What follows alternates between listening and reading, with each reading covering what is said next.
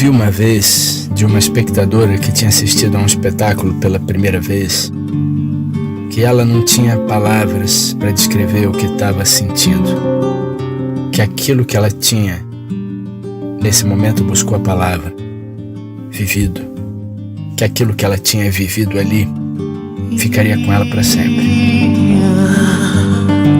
que não sabia explicar o que sentia, mas que, como numa missa, ela tinha sido tocada e não poderia mais ser a mesma.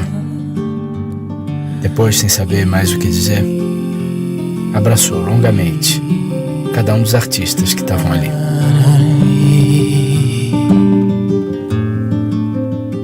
Sempre penso nela quando o espetáculo está prestes a começar. Imagino-a ali, sentada, inocente do que virá e pronta. E imagino quando aquele espetáculo começou dentro dela. Quando decidiu que iria pela primeira vez ao teatro.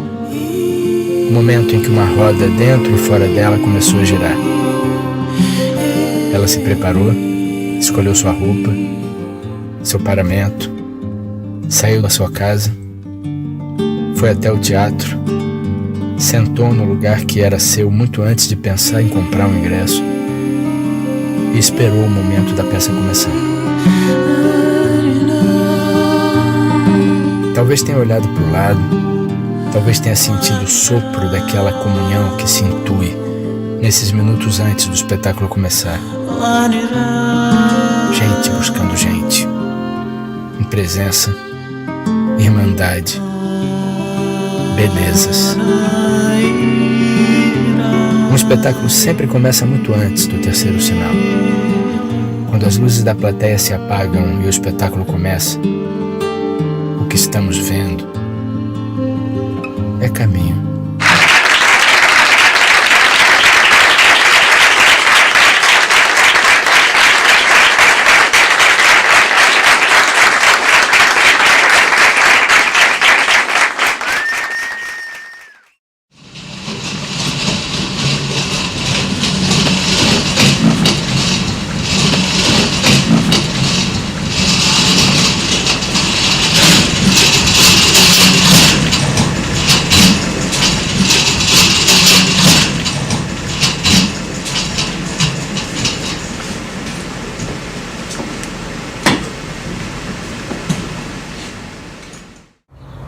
Em 2018, 15 anos da velha companhia, e o Sesc nos convida para reinaugurar o espaço cênico, com uma mostra dos nossos trabalhos.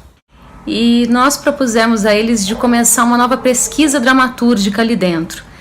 Como a origem da pesquisa tinha como propositura a investigação do território brasileiro, dos nossos territórios pessoais, das nossas origens, a gente achou que trabalhar ali dentro daquela arquitetura que tem o Sesc Pompeia, que é uma arquitetura cheia de histórias e muito preciosa, ia ser um ambiente muito fértil, né, para produzir esse novo trabalho.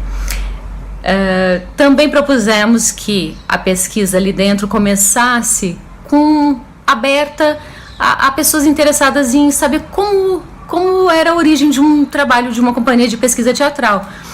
E aí abrimos inscrições para que pessoas pudessem acompanhar esse processo.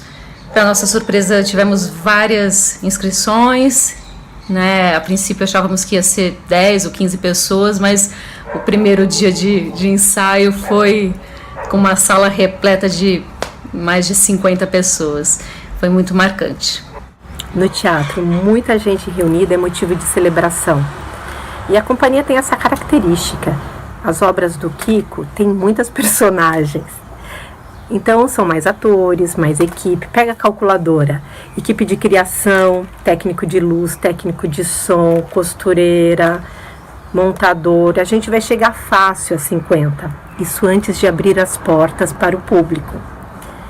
No processo de criação da obra Cíntia, que foi anterior à Casa Submersa, nós sentimos necessidades de mais referências para nos acercarmos dos temas. E também a gente queria compartilhar os saberes dos palestrantes.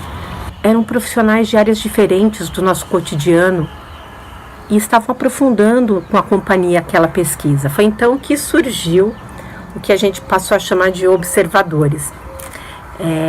Observadores era a abertura do processo todo, desde o início, a interessados, gente querendo trocar. E o combinado era que todo o conhecimento, todo o material levantado pertenceria a todos. Aí foi muito bacana, porque surgiram novas dramaturgias, rompimentos de tabus. A gente teve o nascimento de uma artista plástica.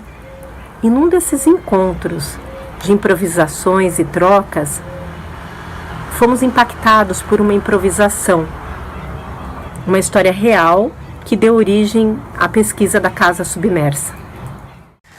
Bom, a relação com os observadores, essa relação da gente ser observado durante o processo não durou muito tempo, porque imediatamente a gente começou a sentir necessidade daqueles olhares, daquelas pessoas, daqueles seres humanos compartilharem com a gente, através do seu corpo, da sua voz, das suas ideias, o que eles estavam sentindo, né? O que estava reverberando. O nosso combinado sempre foi: tudo que for colocado aqui, qualquer cena, qualquer investigação de um gesto, de uma voz, de uma fala, pode ser roubado, né? Pode ser compartilhado, pode reverberar para a vida, para outros projetos, enfim. E a única condição era que nada podia ser filmado ou fotografado, só registrado em memória e papel. E imediatamente a gente começou a convocá-los para adentrar o palco e transformar aquilo em cena, o que eles estavam sentindo daquele momento de observação. Começou então uma nova fase muito rica em todos os sentidos, porque ali a gente descobriu que a gente queria falar de uma casa submersa. E que casa seria essa? Aquela semana de improvisações em que os observadores tinham vindo para a cena, e eu resolvi propor uma improvisação livre. Eu peguei uma cadeira, coloquei no centro do palco, a gente estava em arena, e eu sentei nessa cadeira e comecei a falar a minha roda para todos que estavam ali e contar as atrocidades que eu tinha cometido, as ilicitudes pelas quais eu tinha navegado para chegar onde cheguei. Uma ideia de um político que ao final da vida se colocasse em sacrifício, resolvesse realmente contar tudo que fez, tudo que viveu. E num determinado momento uma artista, um dos observadores, levantou-se, veio até mim, olho vermelho, tomada por uma força muito grande, e começou a dizer: você matou meu pai, você matou meu pai. E falou coisas que eu em vários momentos nem entendia, de tão forte que aquilo era, e não consegui falar nada. Todos ficaram muito tocados com aquilo. E aí no final eu fui conversar com essa artista e ela me disse que não tinha atuado, que tinha tido na verdade um surto, que aquela era a história da vida dela, da família dela, e que até então aquela história tinha ficado calada dentro dela e dentro da família toda dela. Eu fiquei com essa história por anos. Eu um pouco assumi essa história como minha, história do meu país. E um dia, anos depois, eu tive um sonho.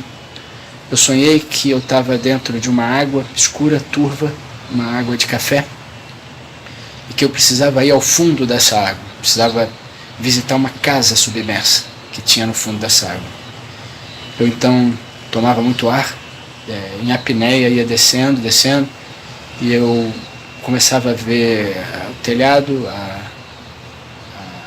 o quintal, a cerca. Eu me lembro do pasmo, de eu pensar: existe de fato uma casa submersa que precisa ser conhecida, precisa de ser desvendada e visitada. E quando eu acordei, imediatamente eu juntei essas duas, o sonho e a história, e então tudo começou. Hoje estamos com 18 anos, mas naquele momento eram 15. E para uma sociedade de artistas que pesquisa as linguagens do seu tempo, testemunha o seu tempo e o traduz em dramaturgia, esse tempo é uma vitória. Porque para esse tipo de sociedade, o propósito não é exatamente o lucro econômico. Nós sobrevivemos e o nosso ofício sim se confunde com uma espécie de sacerdócio. Para o artista é vital que a arte possa se propagar e possa entrar em comunhão com o público. Um país sem arte não é um país desenvolvido e não pode ser chamado de nação livre. Porque quanto mais um país investe e cuida dos seus artistas, da sua cultura, quanto mais o povo participa da feitura da arte do seu país, mais desenvolvido, inclusive economicamente, mais livre será essa nação. O acolhimento de uma amostra dos nossos trabalhos pelo SESC foi uma experiência, foi uma constatação de que há mais público para a experiência artística do que a gente pode contar.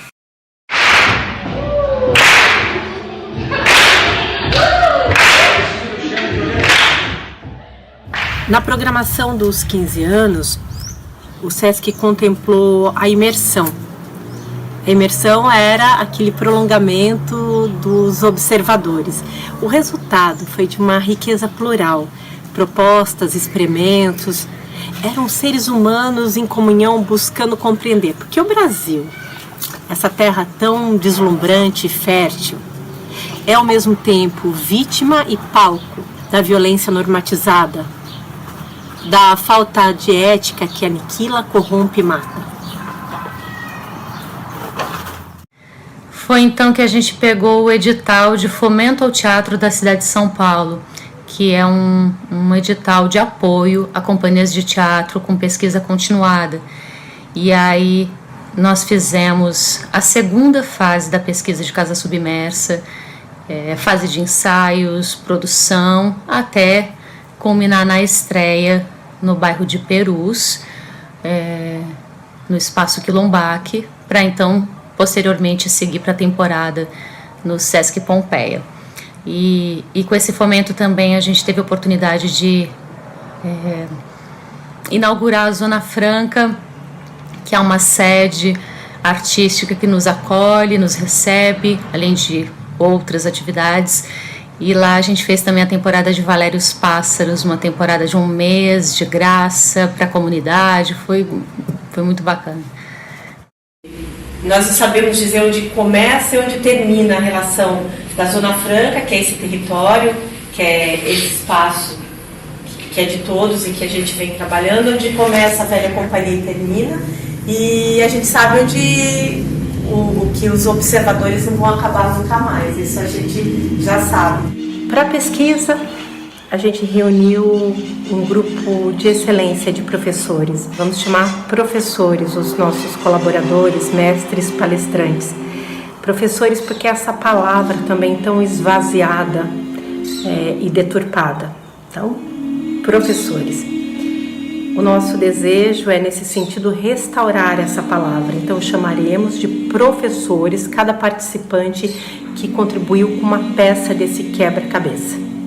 E foram muitas peças e muitos professores. A primeira peça impactante foi saber que, notoriamente, no universo jurídico, há um tema de estudos chamado de pecado original da sociedade brasileira e da sua ordem jurídica. Guardem o número de 5 milhões de vítimas. Guardem o artigo 179 do Código Criminal de 1831. Trata-se de crime de tráfico de pessoas.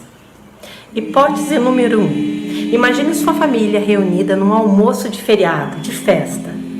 De repente eles são flagrados por criminosos armados que levam seu pai, sua mãe, o bebezinho que é seu irmão, sua irmã de 9 anos, e você foge.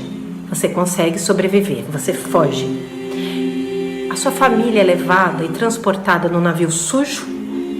Sua mãe adquire uma infecção no trajeto e é lançada ao mar depois de morrer. O resto da sua família quando chega no novo continente, é vendida num porto qualquer, dividida e vendida. Cada um deles vai te carregar na memória. Cada um vive o horror desse crime e a sua irmã sendo reiteradamente abusada. Um horror que se repete há séculos. São as vítimas sequestradas.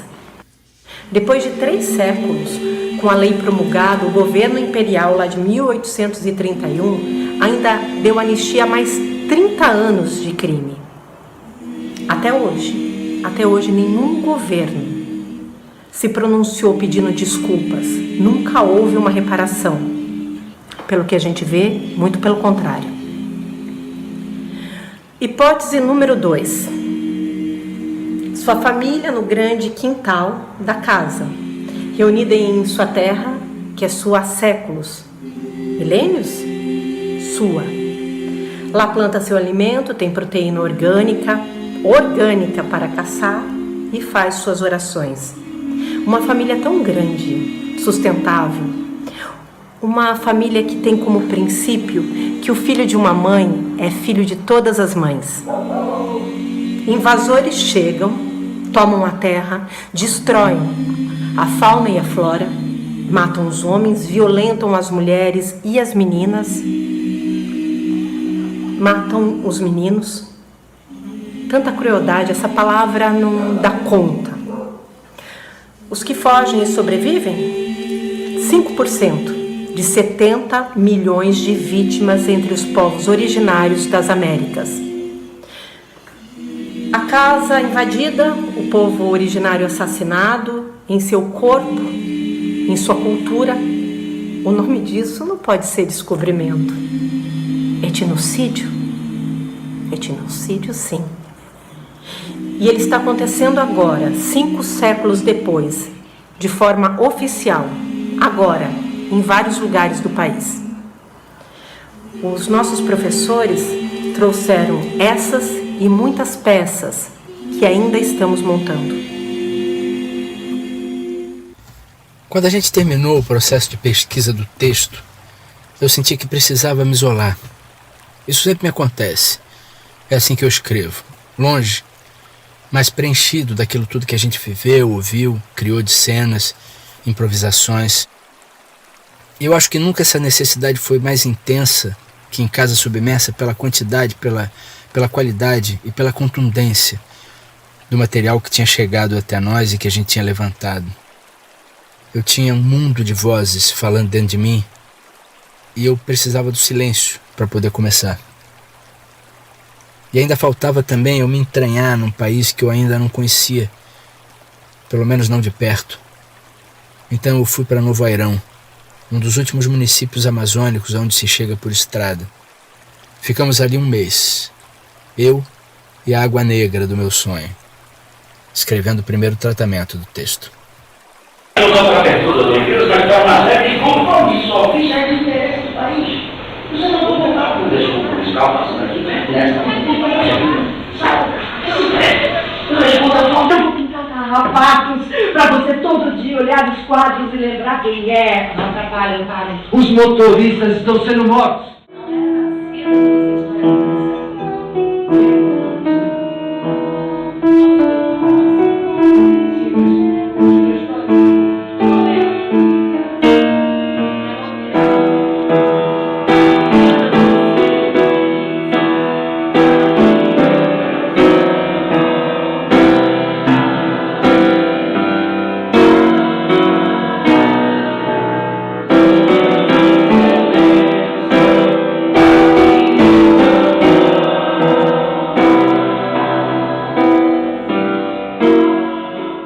Eu acho que se eu pudesse definir a Maíra como um objeto, eu diria que ela é uma colcha bordada por muitas mãos. Porque tanto na primeira fase da pesquisa quanto na segunda, o material humano que surgiu das improvisações e que deram origem a esse personagem foi tão rico que não tem como eu dizer que é uma personagem que eu construí, sabe?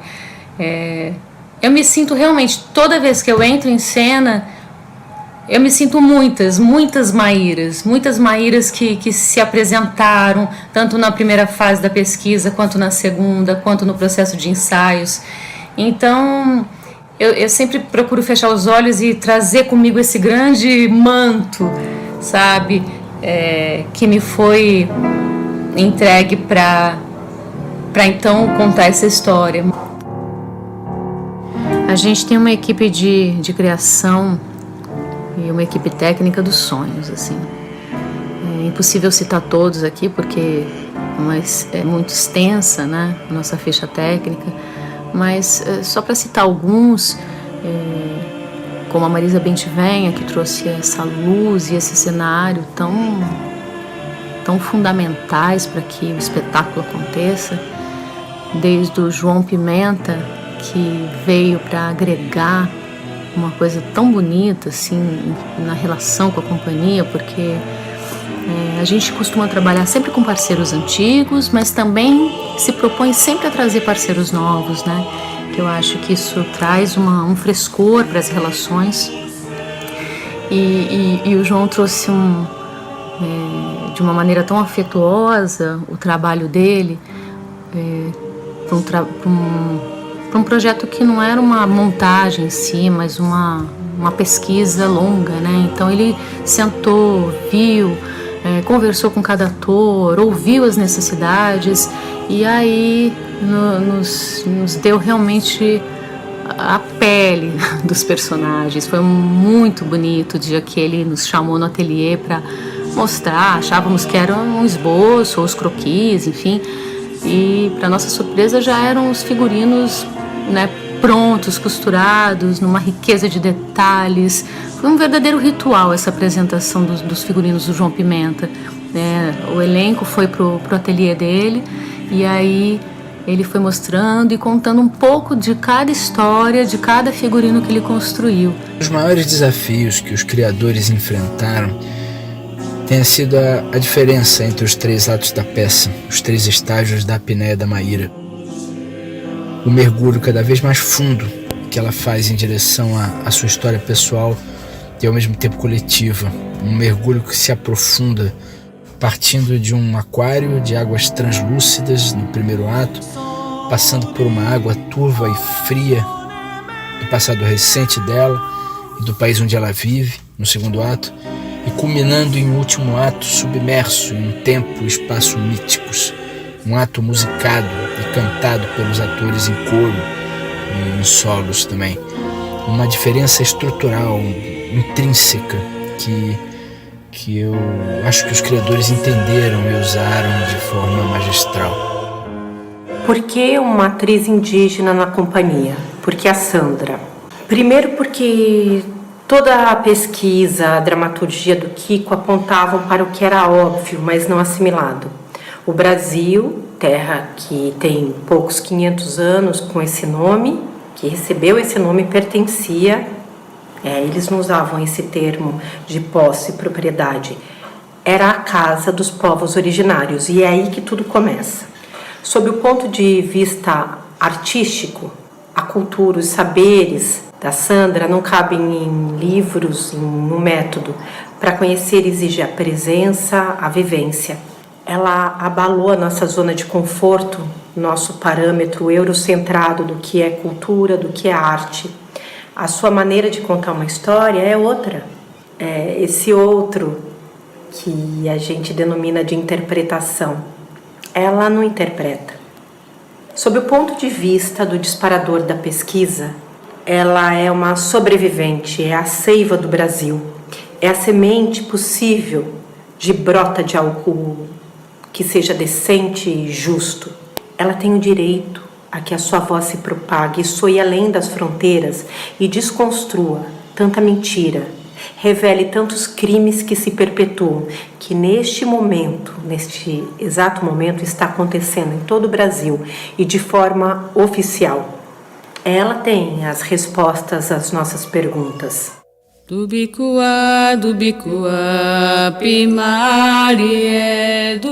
Estar com meu corpo ancestral em cena é de uma extrema importância, ainda mais agora que o país atravessa um momento muito difícil, com a queimada do Pantanal, da floresta amazônica, dos meus parentes indígenas perdendo seus territórios, seus modos de vida sendo ameaçados.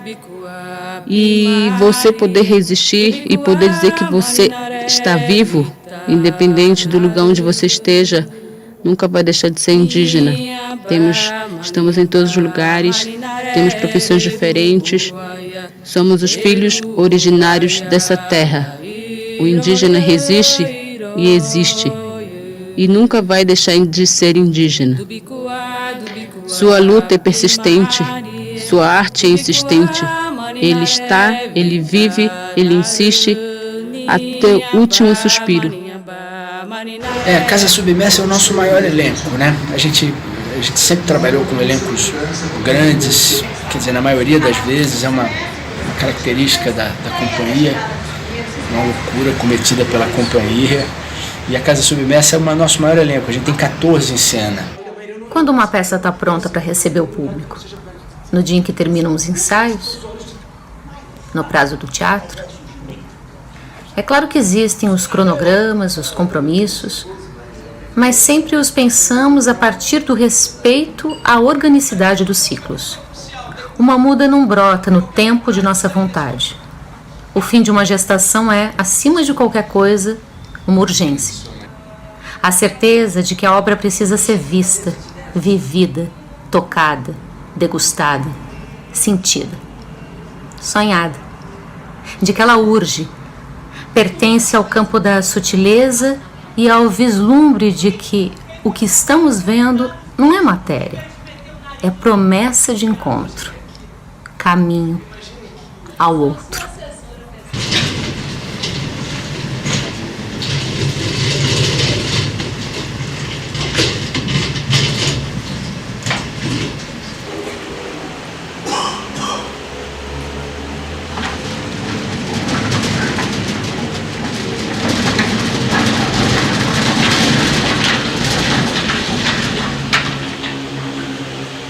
O nascimento da Casa Submersa foi uma alegria, bem nos braços da comunidade Quilombaque, no Perus.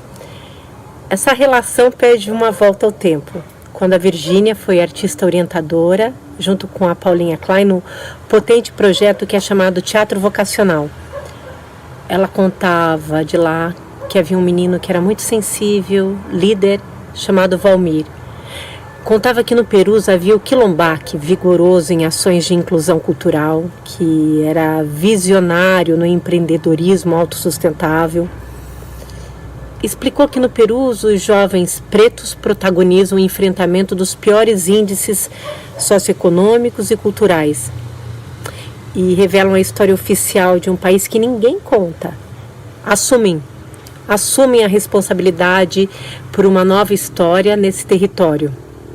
Eles são os herdeiros dos trabalhadores queixada, dos guaranis, são o povo brasileiro. A pesquisa da Casa Submersa, iniciada lá na imersão do SESC, nos 15 anos da companhia, teve continuidade pelo Fomento de Teatro da cidade de São Paulo, que é uma referência de projeto para todo o país. Esse programa é responsável por grande parte da pesquisa teatral de todo o Brasil, de São Paulo, e que se apresenta no mundo através dos festivais. É uma conquista para a sociedade que se origina dos movimentos, assim como o Quilombaque, e o movimento do fomento foi o movimento da arte contra a barbárie.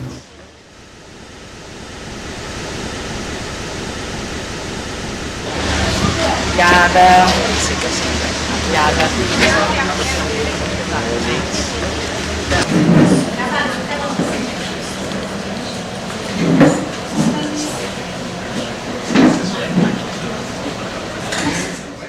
É muito forte, né, a emoção, assim, da história, né, dessa cidade submersa, que esses Brasil que a gente não é visto, né, que é sempre os fundões, né, da sociedade esquecida.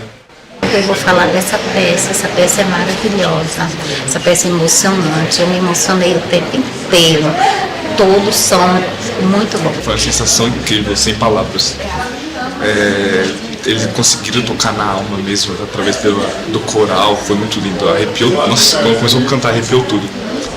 Eu fiquei surpreendido que poderia ainda me surpreender, porque realmente conhecendo tão bem o material e a história, de poder chegar aqui e assistir e ainda se sentir surpreso mesmo com coisas que a gente já sabia que ia acontecer, mas a maneira que foi feito, a sensibilidade, eu achei realmente bonito. De estrear aqui foi um privilégio vir aqui para assistir. E a sensação é incrível, né? Tem como é possível você sentir o que os atores estão sentindo. Pra gente é muito feliz poder receber aqui no nosso espaço, que também é um dos fundões da cidade de São Paulo, né? Que eles querem nos apagar, mas a gente nunca é esquecido, porque a nossa cultura nunca morre, né? Como a gente diz no espetáculo, ela só é esquecida, então a gente não pode deixar esquecer. A minha sensação é que ele estreou no lugar certo. Depois de todo esse processo, mais de um ano trabalhando nesse texto, o Kiko fez um trabalho maravilhoso, que fala muito desse Brasil e que eu acho que vai conversar muito com o momento atual que a gente está vivendo. Para mim é um espetáculo incrível e arrasador. 22 de setembro, quinta, sexta e sábado às 17 horas. As cenas levantadas durante a primeira fase da pesquisa no Sesc Pompeia e durante a segunda fase da pesquisa na Zona Franca, através do Fomento ao Teatro, eram de uma riqueza tão grande que a gente não tinha como encerrar um ciclo sem mostrar esse material. Até para o público ter essa dimensão dessa trajetória entre o material bruto, né, que surge de um trabalho, até a sua lapidação para chegar, para culminar na carpintaria dramatúrgica. Foi aí que surgiu a ideia de fazermos as intervenções artísticas, convocando os observadores que participaram dessas etapas de pesquisa a mostrarem essas cenas ao público. E aí o Sesc adorou a ideia, espalhamos todas essas cenas por vários pontos da unidade. Essas cenas eram molduradas pelos quadros da Ângela Fernandes. E aí a plateia ia assistindo, elas aconteciam 3 horas antes do espetáculo. Algumas pessoas podiam assistir às intervenções e depois ir para o espetáculo, outras voltavam, assistiam o espetáculo e depois voltavam para assistir as intervenções. Foi um encerramento muito potente, a gente poder ter essa oportunidade de apresentar e abrir todo esse material conquistado ao longo de tantos meses.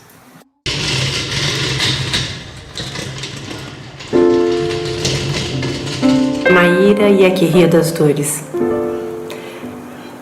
2 personagens construídas de formas opostas, uma de fora para dentro e a outra de dentro para fora.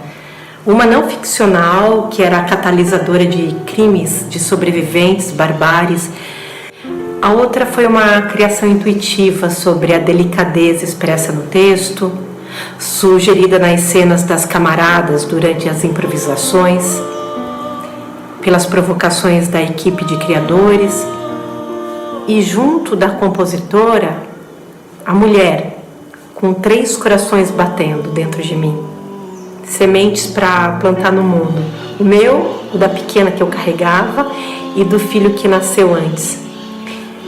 É que o coração de um filho nunca deixa de bater dentro de uma mãe. E não importa há quanto tempo ele tenha nascido. O combinado é que ela nasceria ao fim da temporada, seria o tempo exato de parar, parir e depois retomar a peça. Combinamos isso entre nós, só que a gente esqueceu de avisá-la. A gente estava na véspera da estreia, era quarta-feira, a gente estrearia na quinta, já estava há umas 10 horas no teatro ensaiando, enlouquecidamente.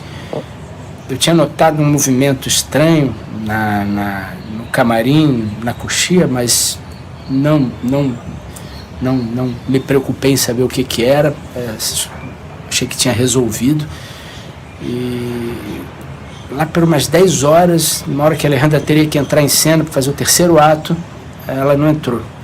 E aí a Vivi me chamou num canto e falou, olha, a Alejandra entrou em trabalho de parto, nesse momento está no hospital. Então a gente reuniu o elenco, conversou, chamamos a equipe do Sesc, comunicamos o que tinha acontecido, e a gente, depois de muito discutir, chegou à conclusão de que teria que adiar a estreia por uma semana. Então a gente teria alguns dias para colocar alguém no lugar da Alejandra. Não pode fazer, tem que ficar de repouso e não tem mais permissão. Tá. E agora o Henrique? Pode. Virtual, Então agora o quê? Vamos liberar sábado e domingo, daí uma folga segunda, né, pra gente se... E aí, quarta a gente vê. Só que a gente precisa ver a agenda de vocês pra confirmar que tem. A questão é saber se todo mundo pode ficar de quarta a domingo semana que vem e nas outras 2 semanas de terça a domingo. Não foi uma tarefa fácil substituir a Alejandra. Além de todo o laço afetivo, tinha uma questão das particularidades que a Alê tem como atriz. A brejeirice, o carisma, a profundidade, a experiência com o trabalho de pesquisa. Foi aí que veio a ideia da Juliana Sanches, que por acaso a gente, né, já conhecia. Lá atrás eles nos receberam na Vila Maria Zélia, o grupo 19, que ela faz parte, nos receberam para fazer um primeiro edital que a gente pegou, que eu acho que era o Miriam Muniz. E ela nos veio à cabeça e falou, olha, a Ju seria a atriz perfeita, tomara que ela possa, né? Então eu já liguei para ela estava em Brasília fazendo um espetáculo com a companhia. No sábado ela já estava com texto e na segunda ela já estava no Sesc Pompeia pronta para essa missão. E foi de fato uma missão porque ela passou pela mesma situação lá no Grupo 19, alguns anos atrás, com um parto prematuro e teve que ser substituída. Eu acho que eu consegui. Aqui. Não, a gente gostou. Por isso virei enfermeira. Conto que você comprou com seu primeiro salário de enfermeira. Conta, é porreta. Conta! Uma caixa de... Uma casinha que pode ser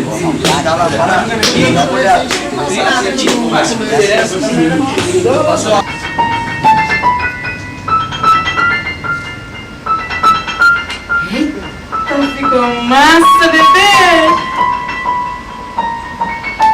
A Mercedes é dona de uma empresa de cosméticos. Ok, próxima. Próxima entrada das irmãs. Risada. Cadê Ju? Cadê? Ah, então. Vem, e a gente eu aqui, eu sou muito... Vocês acompanhados, descendo mais. Vai, vocês acompanhados, descendo mais. Eu vou acompanhados. Escuta, descendo mais. Vocês, pra mim, eu acho, envelheçam. Isso aí. Isso, gogó? Yeah. Eu acho engraçado. Agora sim. Ah, seria aqui. A gente acabou uma coisa que eu achei interessante. Depois você distribui em cena, né? É curioso. Amores, vocês já começou. Eu queria falar na roda, mas foi um remédio forte. Eu estou muito orgulhosa de vocês terem ficado aí mais uma semana para deixar esse filhote nosso bem forte, com orelha, cabeça, pés direitinho. E tenho certeza que vocês vão se oferecer para esse público para trocar, porque nossa peça não é sobre violência ou corrupção. É sobre esses pecados capitais que a gente carrega, mas o que a gente vai plantar no público é sobre justiça e compaixão. Eu amo vocês. Beijo. O trabalho musical é a grande espinha dorsal do espetáculo. O Bruno Menegatti, além de ter assinado a trilha sonora original da peça, ele fez durante toda a pesquisa um trabalho vocal intenso com os artistas, inclusive nos dando ferramentas para falar o texto, além de nos preparar para cantar em coro durante todo o terceiro ato do espetáculo. que aliás é uma coisa que a gente nunca tinha feito num espetáculo da companhia, né? Então ele fez isso com extrema maestria e sensibilidade.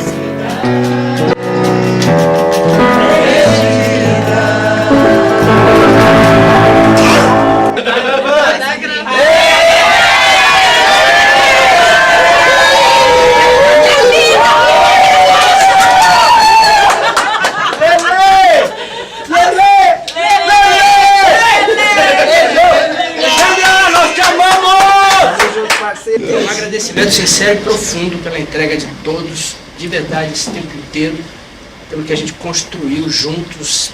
Incrível, é um orgulho enorme que eu estou aqui hoje. Um orgulho enorme do espetáculo, do trabalho de todos, da parceria que a gente conseguiu, dessa coisa única, comunitária e ao mesmo tempo profundamente individual que a gente conseguiu aqui. Então, antes dessa porta abrir, eu já quero dizer que esse espetáculo é incrível, que ele é fodido e que essa roda aqui ela é poderosa.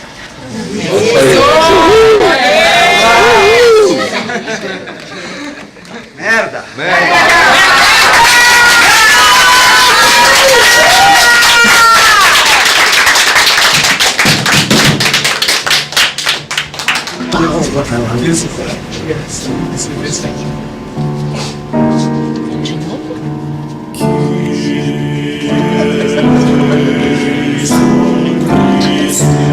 Quando fundamos a companhia há 18 anos atrás e escolhemos esse nome, Velha Companhia, talvez estivéssemos evocando em nós mesmos, em todos os que a partir daquele momento viriam nos visitar, aquela capacidade que as velhas amizades têm de ao mesmo tempo nos receber, incondicionalmente nos receber, de nos acarinhar com sua transcendente presença, sua constância de árvore secular, mas também de ao mesmo tempo nos acordar com seu olhar renovado pelas sucessivas distâncias, sua alteridade e seu sincero interesse por nós. Uma espécie de medicina que age sobre o nosso sentir e nosso fazer. Aí depois da temporada no Sesc Pompeia, a gente fez 2 meses de temporada no Núcleo Experimental, agora já com a Alejandra de volta ao trabalho. E agora estamos com uma 3ª temporada suspensa por conta da pandemia, aguardando tudo isso passar, assim como todas as companhias de teatro do mundo, esperando o momento em que a gente de novo...